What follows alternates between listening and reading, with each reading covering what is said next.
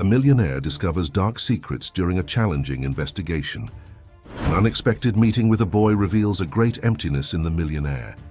The investigation uncovers a dark truth about the boy. Shaken, the millionaire finds himself in big trouble. A sterile millionaire bought a child from a poor family, but everything falls apart when an investigator appears. Subscribe for more exciting stories. Ryan Matthews adjusted his tie while observing the weathered sign of Hope Children's Hospital in Peaceful Valley. The old building, with its walls yellowed by time, contrasted with the blue sky on that autumn morning. As a social investigator for 15 years, he had seen everything, but something about this case particularly intrigued him. The anonymous complaint had arrived a week ago, suspicious adoptions involving children from the hospital. What drew the most attention was the growing number of international transfers in the last 2 years. For a city of only 50,000 inhabitants, the numbers didn't make sense. Taking a deep breath, Ryan crossed the well-maintained garden that led to the main entrance. The aroma of flowers, mixed with the characteristic hospital smell, creating a contradictory atmosphere. At reception, a middle-aged lady smiled cordially. "Good morning, I'm Ryan Matthews, from Child Protective Services. I have a scheduled meeting with Dr. Hannah Carter." While waiting, his eyes scanned the environment. On the walls, colorful drawings made by children brought artificial joy to the place. One, in particular, caught his attention. A lonely boy under a tree, signed only as Michael, 8 years old. There was something disturbing about the loneliness portrayed in that simple drawing. The director, Dr. Hannah Carter, appeared a few minutes later. An elegant woman close to 50, with perfectly arranged grey hair and a smile that didn't reach her eyes. "Mr. Matthews, welcome to Hope Children's Hospital. I hope we can clarify any doubts you may have about our procedures." During the guided tour, Ryan observed every detail. The nurses seemed tense when they passed by, and some children watched them curiously through half-open doors. Hannah spoke fluently about the hospital's social programs, international partnerships, and success stories. "And here we have our main pediatric wing," Hannah explained, gesturing to a well-lit corridor. That's when Ryan saw him for the first time. Michael was sitting on a bench at the end of the corridor, hugging his own knees. His large, dark eyes met Ryan's for a brief moment, and something in that look hit him like a punch to the stomach. There was a mixture of fear and hope that he knew all too well. "That's Michael," Hannah commented, noticing his interest. "A complicated case. He's been with us for 6 months." Ryan tried to maintain his professional composure, but his hands trembled slightly. Memories of his own childhood in an orphanage began to surface. The fear, the loneliness, the uncertainty. He realized he would need all his self-control to maintain the necessary distance in this investigation. The meeting continued in the director's office, where Hannah presented a series of perfectly organized documents. Everything seemed to be in order, but Ryan noticed small inconsistencies in the dates, numbers that didn't quite add up. "Dr. Carter, I noticed there has been a significant increase in international adoptions in the last 24 months. Could you explain this process to me in more detail?" A flash of tension crossed the director's face, so quick it almost went unnoticed. "Of course. We have partnerships with several reputable international agencies. You know how it is, Mr. Matthews. Sometimes American families—" At that moment they were interrupted by a knock on the door. A tall man, wearing an impeccable suit, entered without waiting for a response. "Hannah, we need to discuss—" "Oh, I'm sorry, I didn't know you were in a meeting. Mr. Matthews, this is Richard Morgan, our main benefactor," Hannah introduced, visibly uncomfortable with the interruption. Richard Morgan extended his hand with a studied smile, his cold eyes evaluating Ryan. "Welcome to Peaceful Valley, Mr. Matthews. I hope our small town pleases you." As he left the hospital that afternoon, Ryan knew there was much more to this story than it appeared. Michael's gaze remained etched in his mind, as well as the small inconsistencies in the documents and the nervous behavior of the staff.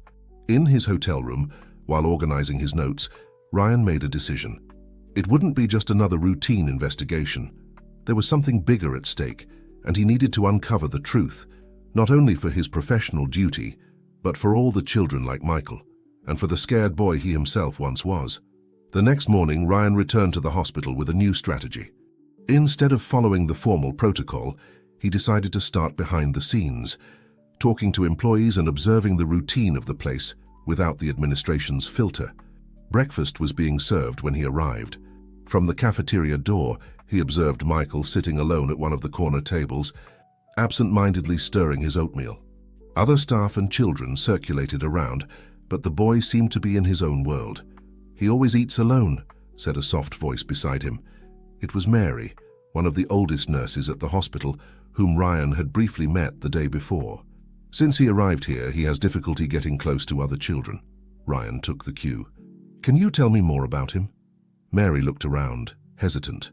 "Michael arrived 6 months ago. He was found," she lowered her voice, "in difficult conditions.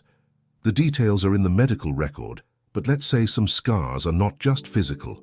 As they talked, Michael looked up from his plate, and again his gaze met Ryan's. This time the investigator smiled gently. To his surprise, the boy gave a small smile back before turning his attention back to the oatmeal. "He reminds me a lot of myself," Ryan confessed, surprising himself with his own sincerity. "I also spent my childhood in institutions." Mary looked at him with renewed interest. "Maybe that's why you chose this profession?" "Partially," Ryan replied, his eyes still fixed on Michael.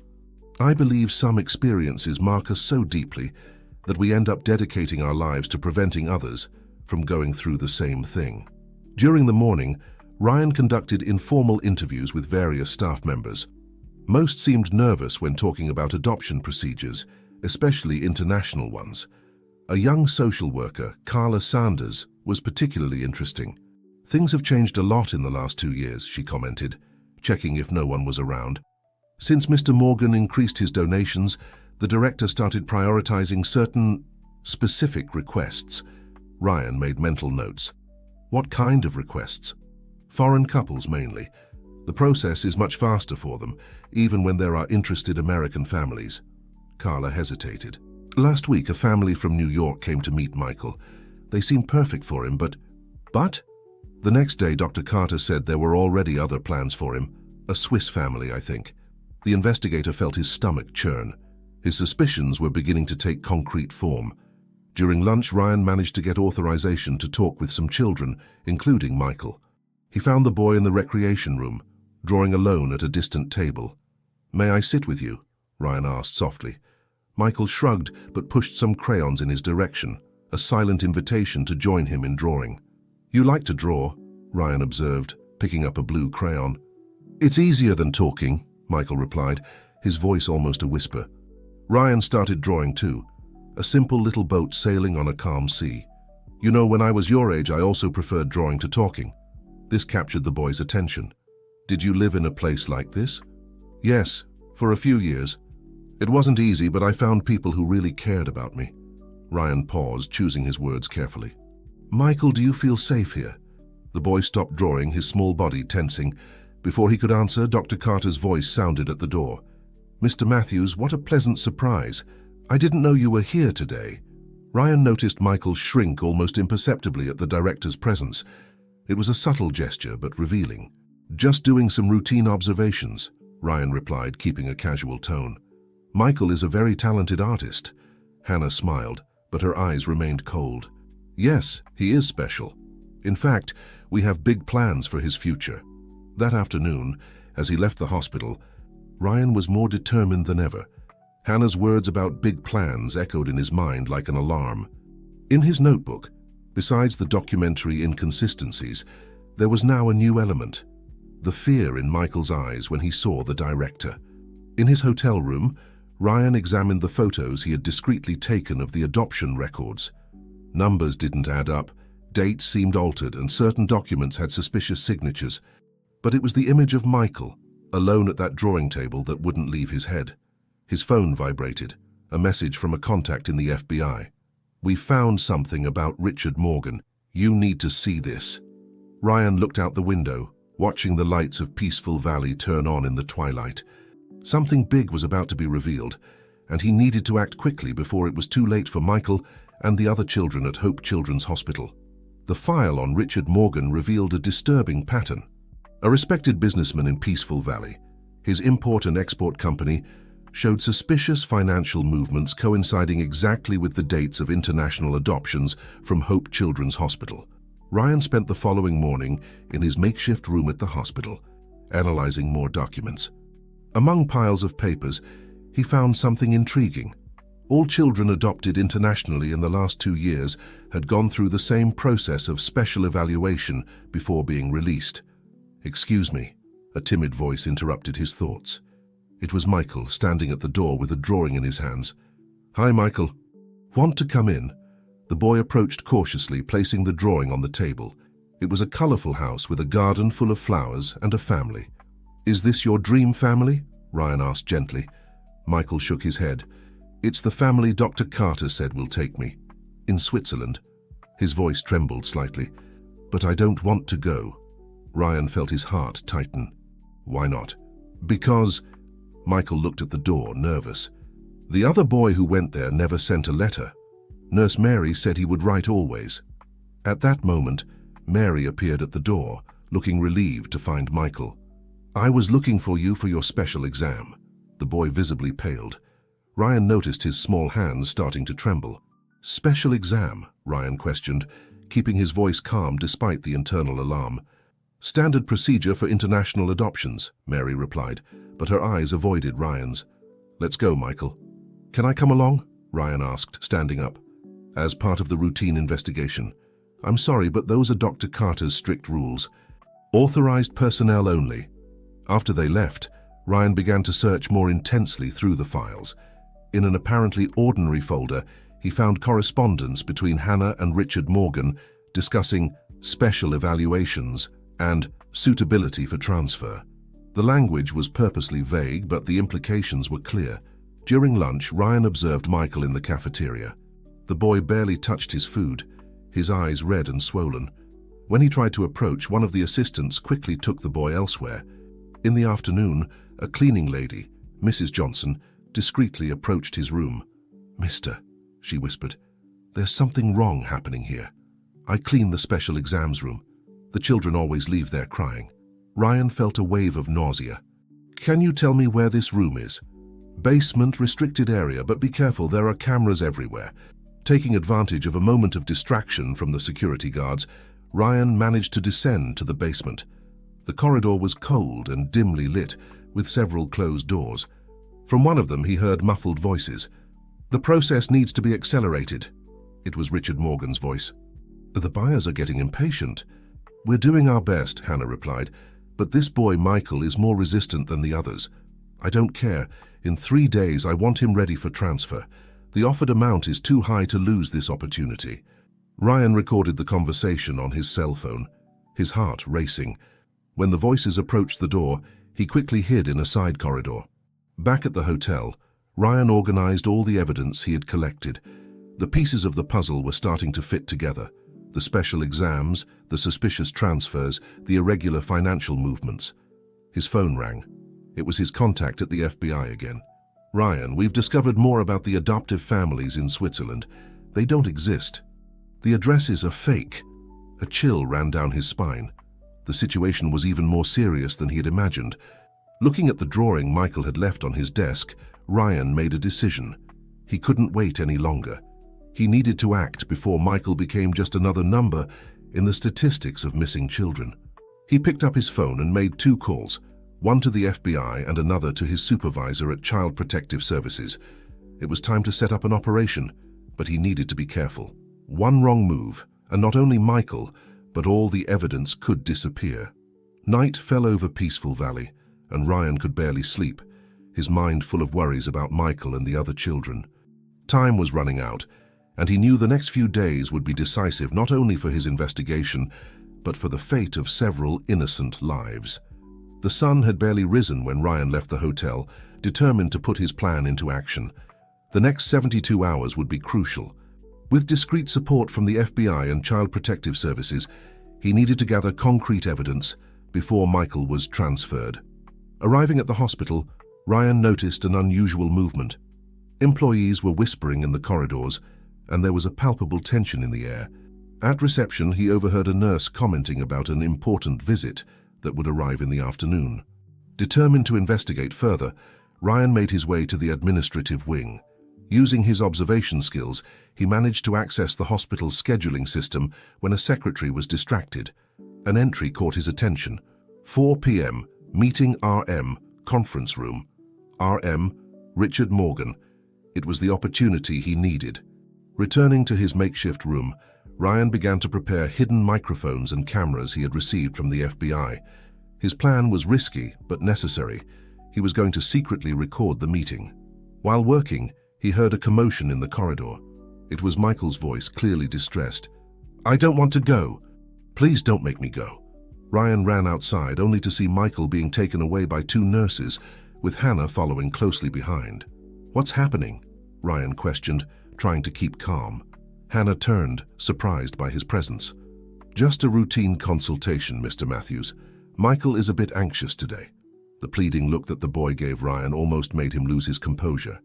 But he knew he needed to keep up appearances for now. "I see, perhaps I could accompany him. It could be useful for my report."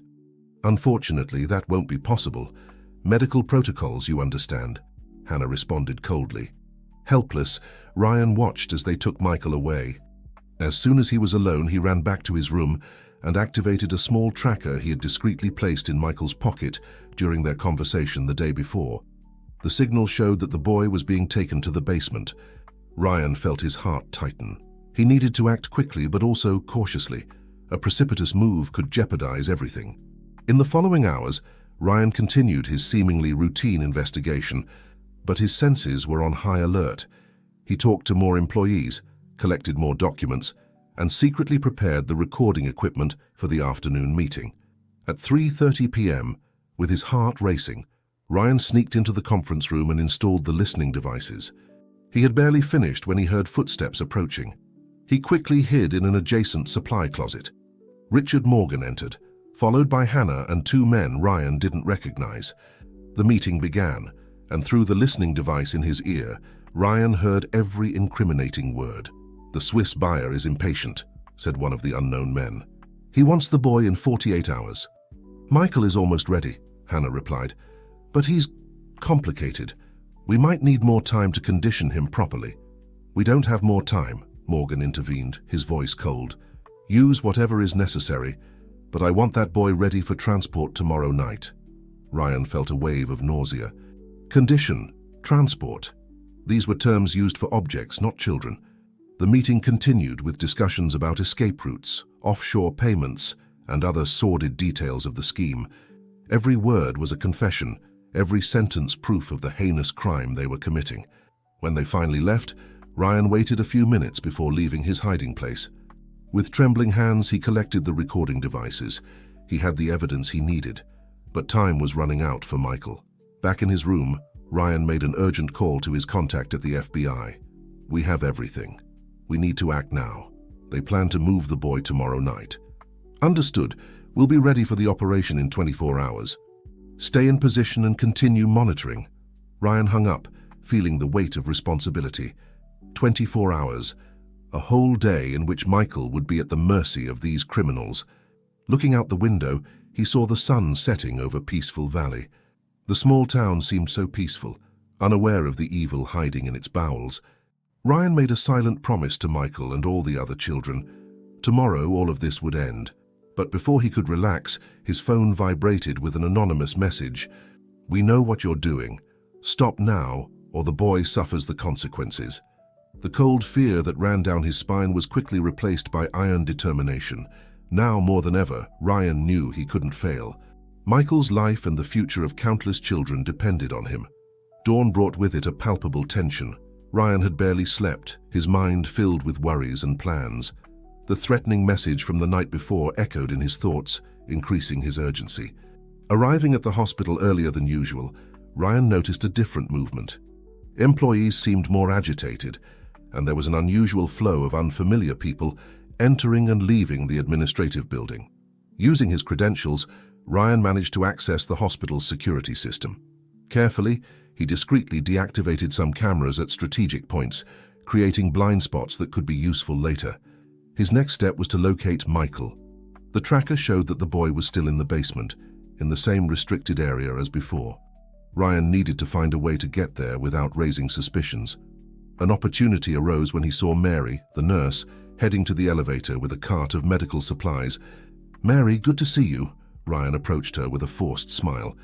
"I'm doing a routine inspection of all areas of the hospital. Can I accompany you?" Mary hesitated, clearly uncomfortable. "Mr. Matthews, that area is restricted. I understand, but it's part of my job. I have authorization from management for all areas," Ryan lied, confidently showing his badge. Reluctantly, Mary allowed him to accompany her. In the basement, Ryan memorized every corridor, every door, building a mental map of the place. Passing by one of the rooms, he heard a muffled sound that he immediately recognized. It was Michael crying. Ryan had to use all his self-control not to burst into the room at that moment. "What do they do with the children down here?" he asked casually to Mary. The nurse looked around before answering in a low voice. "Exams and preparations. That's all I know, Mr. Matthews. Please don't ask me for more details." The fear in her eyes said more than her words. Ryan realized that many employees were probably involved against their will, trapped by fear or circumstances. Back in his room, Ryan received a call from his FBI contact. "We're ready to act tonight. We have teams positioned at strategic points around the hospital. You need to give us the signal when it's the right moment." Ryan explained what he had discovered about the basement and the suspicious movement. They agreed on a code to start the operation. In the afternoon, Hannah called an emergency meeting with the entire staff. Ryan managed to infiltrate, blending in with the employees. "Due to a surprise audit," Hannah announced, her voice tense, "we'll have to accelerate some of our special procedures. I ask for everyone's cooperation to ensure everything goes smoothly." Her eyes met Ryan's for a moment, and he saw there a mixture of suspicion and defiance. She knew he was close to discovering everything. After the meeting, Ryan saw Richard Morgan arriving hurriedly, accompanied by intimidating-looking men. The situation was intensifying rapidly. Using a disposable phone, Ryan sent a coded message to the FBI. "The storm has arrived early. Be prepared to act on my signal." With his heart racing, Ryan headed to the basement. He knew he was taking a risk, but he couldn't wait any longer. Michael and the other children were in imminent danger. In the dimly lit corridor, he heard raised voices coming from one of the rooms. He approached cautiously and recognized the voices of Hannah and Richard. "We can't wait any longer," Richard was shouting. "The buyer is on his way. The boy needs to be ready in an hour." "We're doing our best," Hannah replied, her voice trembling. "But he keeps resisting. If we push too hard, we might lose." "I don't care," Richard interrupted. "Use whatever is necessary. Drugs, threats, whatever it takes. But I want that boy docile and ready to be delivered. Understood?" Ryan felt a wave of fury and revulsion. He could no longer stand by. Silently moving away, he sent the final message to the FBI. "Now. Come now." As sirens began to sound in the distance, Ryan ran towards the room where he had heard Michael earlier. It was time to end this nightmare once and for all. Chaos was about to descend on Hope Children's Hospital, and at the center of it all was a determined investigator and a frightened boy whose fates were about to intertwine irreversibly. The sound of sirens echoed through the corridors of Hope Children's Hospital, mixing with shouts of confusion and panic. Ryan ran through the basement, his heart pounding frantically against his chest. Every second was precious. Reaching the door where he had heard Michael earlier, Ryan didn't hesitate. With a powerful kick, the door flew open. The scene he found made his blood run cold. Michael was tied to a bed, eyes wide with fear, while a man in a lab coat was trying to inject something into his arm. "Stop right now," Ryan shouted, advancing. The man, surprised, dropped the syringe. Michael, upon seeing Ryan, began to cry and struggle against his restraints. Quickly, Ryan immobilized the man and handcuffed him to a pipe on the wall. He then turned to Michael, untying him with trembling hands. "It's okay now, Michael. I'm here. I'm going to get you out of here." The boy clung to Ryan, sobbing uncontrollably. The investigator hugged him tightly, feeling the small body shake.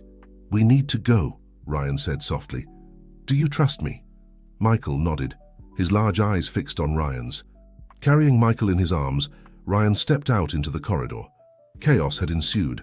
Employees were running around disoriented, alarms were sounding, and raised voices echoed everywhere. As he headed towards the exit, Ryan saw Hannah running in his direction, her face contorted with panic. "Stop, you don't understand," she shouted. Ryan ignored her, continuing on his way. But Hannah blocked his path. "Please," she begged, her mask of coldness completely shattered. "I never wanted it to come to this. At first, it was just to help the hospital, to save more children." "Save them by selling them," Ryan retorted, his voice loaded with indignation. Hannah collapsed in tears. I lost control. Richard, he has all of us in his hands. He threatened our families, our lives." At that moment, a shout of rage echoed through the corridor. It was Richard Morgan, accompanied by 2 armed men. "You're not going anywhere with that boy," he bellowed, advancing. Ryan, protecting Michael with his body, slowly backed away. The situation was about to explode when suddenly an authoritative voice resounded, "FBI! Everyone freeze!" A group of agents invaded the area, weapons drawn. Richard and his henchmen were quickly subdued and handcuffed. The leader of the operation, Agent Thompson, approached Ryan. "Good work, Matthews. We got them all. The entire network is falling as we speak, not just here, but in 3 states." Ryan felt an immense relief wash over him. He looked at Michael, who was still clinging to him, but now with a small smile of hope on his face. "It's all okay now, Michael," Ryan whispered. "It's over." As they were escorted out of the hospital, Ryan saw dozens of children being rescued, some crying, others in a state of shock. Employees were being detained, some protesting their innocence, others in resigned silence. Outside, a crowd had formed. Residents of Peaceful Valley, shocked, watched the operation unfold. Journalists were already starting to arrive, eager for information. Ryan shielded Michael from the confusion, taking him directly to an ambulance where social workers were waiting. "You're going to be all right," Ryan assured the boy. "I'll personally make sure they find a good family for you." Michael, for the first time, spoke. You can't be my family?" The question caught Ryan by surprise. His heart filled with an emotion he couldn't name. He looked into the boy's eyes and saw there the reflection of his own childhood, the chance to make the difference he had always dreamed of. I'll do my best, Michael. I promise." As the ambulance departed, Ryan stood watching, a mixture of exhaustion and hope taking over him. The nightmare had ended, but he knew the road ahead would still be long, for Michael, for the other children, and for himself. Night was falling over Peaceful Valley, and with it, the promise of a new dawn. A dawn of justice, healing, and perhaps a new family formed from the ashes of an averted tragedy. In the weeks that followed the operation at Hope Children's Hospital, Peaceful Valley plunged into a whirlwind of emotions and changes. The small town, previously known for its tranquility, was now at the center of national attention. Ryan, exhausted but determined, dove headfirst into the legal and bureaucratic processes that followed. His testimony was crucial in completely dismantling the child trafficking network, which proved to be much more extensive than initially imagined. Meanwhile, Michael and the other rescued children were taken to a temporary shelter in a nearby city. Ryan visited them whenever possible, especially Michael, with whom he had developed a special bond. On a sunny afternoon, sitting on a bench in the shelter's garden, Ryan and Michael were talking. "How are you feeling, Michael?" Ryan asked gently. The boy, who in recent weeks had started to open up more, replied with a small smile, "Better. The nightmares are decreasing." Ryan felt his heart tighten. He knew the road to recovery would be long, but he was determined to be by Michael's side every step of the way. "Michael, remember when you asked me if I could be your family?" Ryan began hesitantly. The boy's eyes lit up with hope. "Yes. Well, I've been thinking about it a lot, and I want to try. If you still want to, of course." Michael jumped off the bench and hugged Ryan with all the strength his small body allowed. Yes, I want to." Silent tears rolled down Ryan's face as he hugged the boy back. At that moment, he knew his life would never be the same again. The following months were an emotional roller coaster of challenges. Ryan initiated the adoption process, facing a series of evaluations, interviews, and home visits. At the same time, he continued his work, now focused on reforming the child protection system, not only in Peaceful Valley, but throughout the region. Michael, in turn, began therapy and gradually opened up to new friendships at the shelter. His conversations with Ryan became the highlight of his weeks, and together they began to plan a future that, months before, had seemed impossible. One afternoon, while helping Michael with his homework, Ryan received an important call. "Mr. Matthews, this is the family court. We have good news about your adoption process." Ryan's heart raced.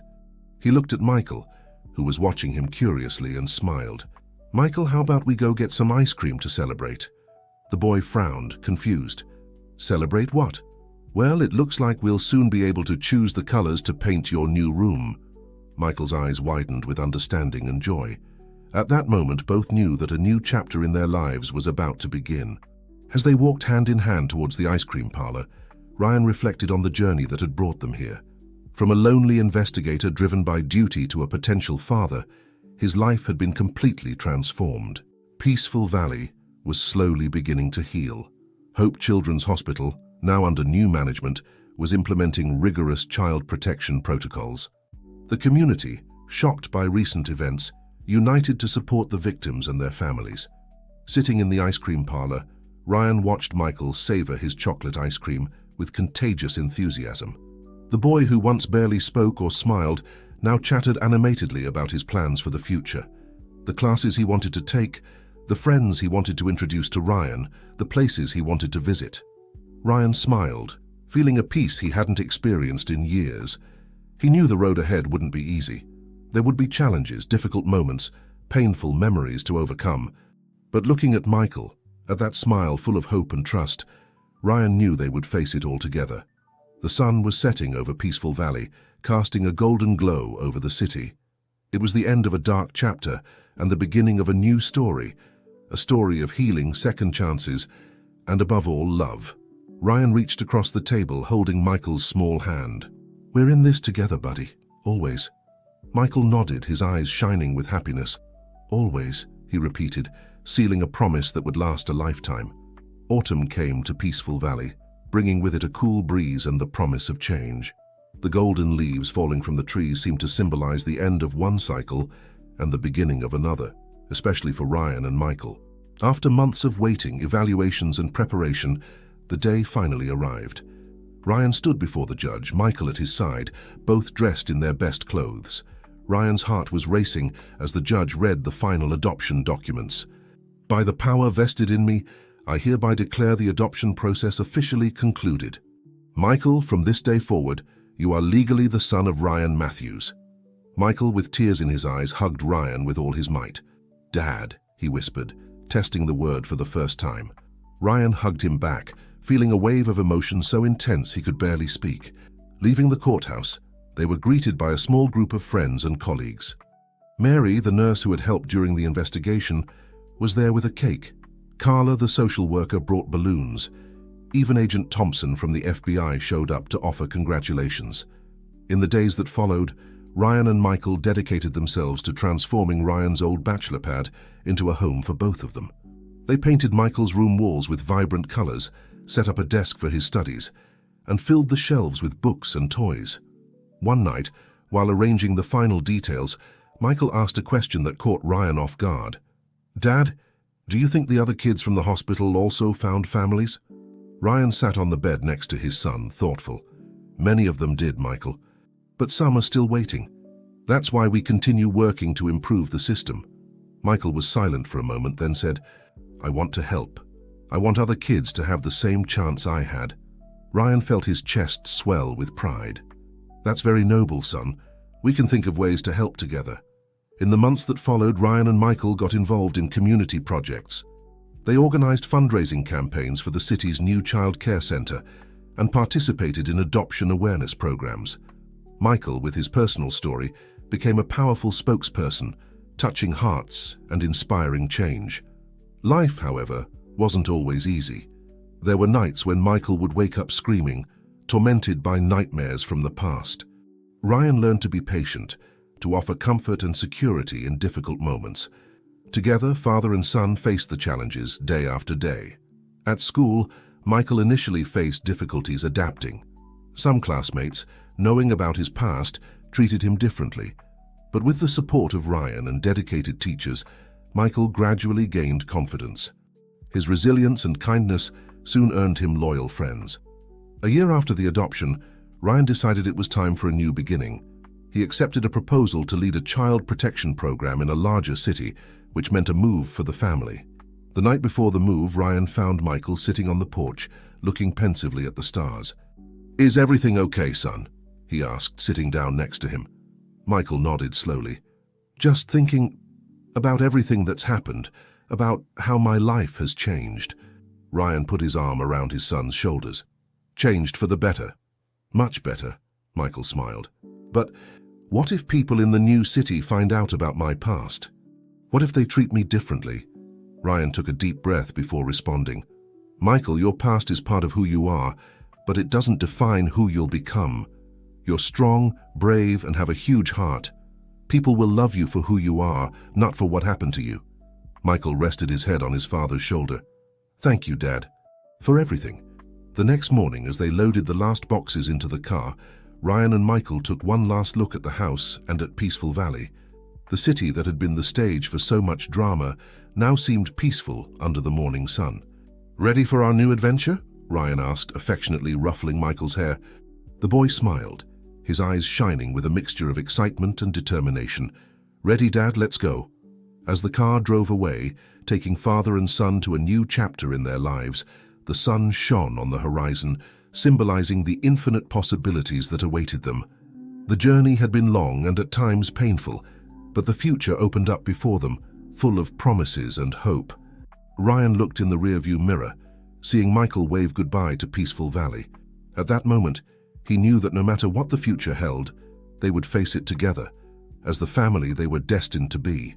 5 years passed since Ryan and Michael left Peaceful Valley. The new city, larger and busier, had become the home they both needed to grow and develop. Ryan, now 40, had become a respected figure in child protection. His program had been implemented in several cities across the state, and he was often invited to lectures and conferences. But for him, no professional achievement compared to the joy of seeing Michael, now 13, transform into a confident and compassionate teenager. On a Saturday afternoon, while organizing the home office, Michael found a dusty box with newspaper clippings about the Hope Children's Hospital case. "Dad, you still keep this?" he asked, flipping through the old news. Ryan approached, a mix of emotions passing over his face. "Yes, son, it's an important part of our story." Michael was silent for a moment, absorbing the headlines. "I still think about the other kids sometimes. I wonder what happened to them." Ryan smiled, proud of his son's empathy. "Actually, I have a surprise for you. Remember Carla, the social worker? She called me last week. They're organizing a reunion in Peaceful Valley to bring together the children and families affected by the case. Want to go?" Michael's eyes lit up. "Really?" "Of course I want to." 2 weeks later, father and son were back in Peaceful Valley. The city had changed. The old Hope Children's Hospital had been transformed into a modern community center, with support programs for children and families. The reunion was held in the Central Park. Dozens of families were present, each with their story of overcoming. Michael, initially nervous, soon found himself surrounded by familiar faces, children who, like him, had gone through difficult times, but now smiled and played. Amidst hugs and tears of joy, stories were shared. Some, like Michael, had been adopted. Others were reunited with relatives. All carried scars, but also incredible strength. During the event, Ryan was invited to give a speech. With Michael by his side, he addressed everyone. "Looking at each of you today, I see not just survivors, but true heroes. You've transformed pain into strength, fear into courage. This reunion is not just about the past, but about the future we're building together." Michael, inspired by his father's words and the courage of everyone present, asked to speak. With a confidence that surprised even Ryan, he addressed the crowd. "When I was little, I thought I was alone in the world. But today, looking at all of you, I see that I never was. We're a family, united by the experience we shared. And together, we can make a difference for other children who still need help."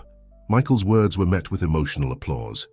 At that moment, Ryan saw not the frightened boy he had rescued years ago, but a young man determined to make the world a better place. After the event, walking through the streets of Peaceful Valley, Ryan and Michael reflected on the journey that had brought them here. "You know, Dad," said Michael, "I think I know what I want to do in the future. I want to be like you, help children who are going through difficulties." Ryan smiled, his eyes misting with pride. "You're already doing that, son. Every time you share your story, every time you reach out to someone, you're making a difference. As the sun set over Peaceful Valley, father and son walked hand in hand, their hearts full of gratitude and hope. The Hope Children's Hospital case, which was once a story of pain and injustice, had now become the catalyst for positive changes, not only in their lives, but in those of so many others. Ryan looked at Michael, seeing in him not just his son, but a symbol of everything they had achieved and everything that was yet to come. The future, with all its challenges and possibilities, awaited them. And they were ready to face it, together, as the family that fate had united and love had strengthened. That night, returning home, Ryan knew that his life mission had been fulfilled in a way he had never imagined. He had not only saved a child, he had gained a son, a family, and the chance to change the world one heart at a time. And so the story of Ryan and Michael, born from the shadows of a tragedy, became a beacon of hope, illuminating the path to a future where every child could find the love, security, and family they deserved.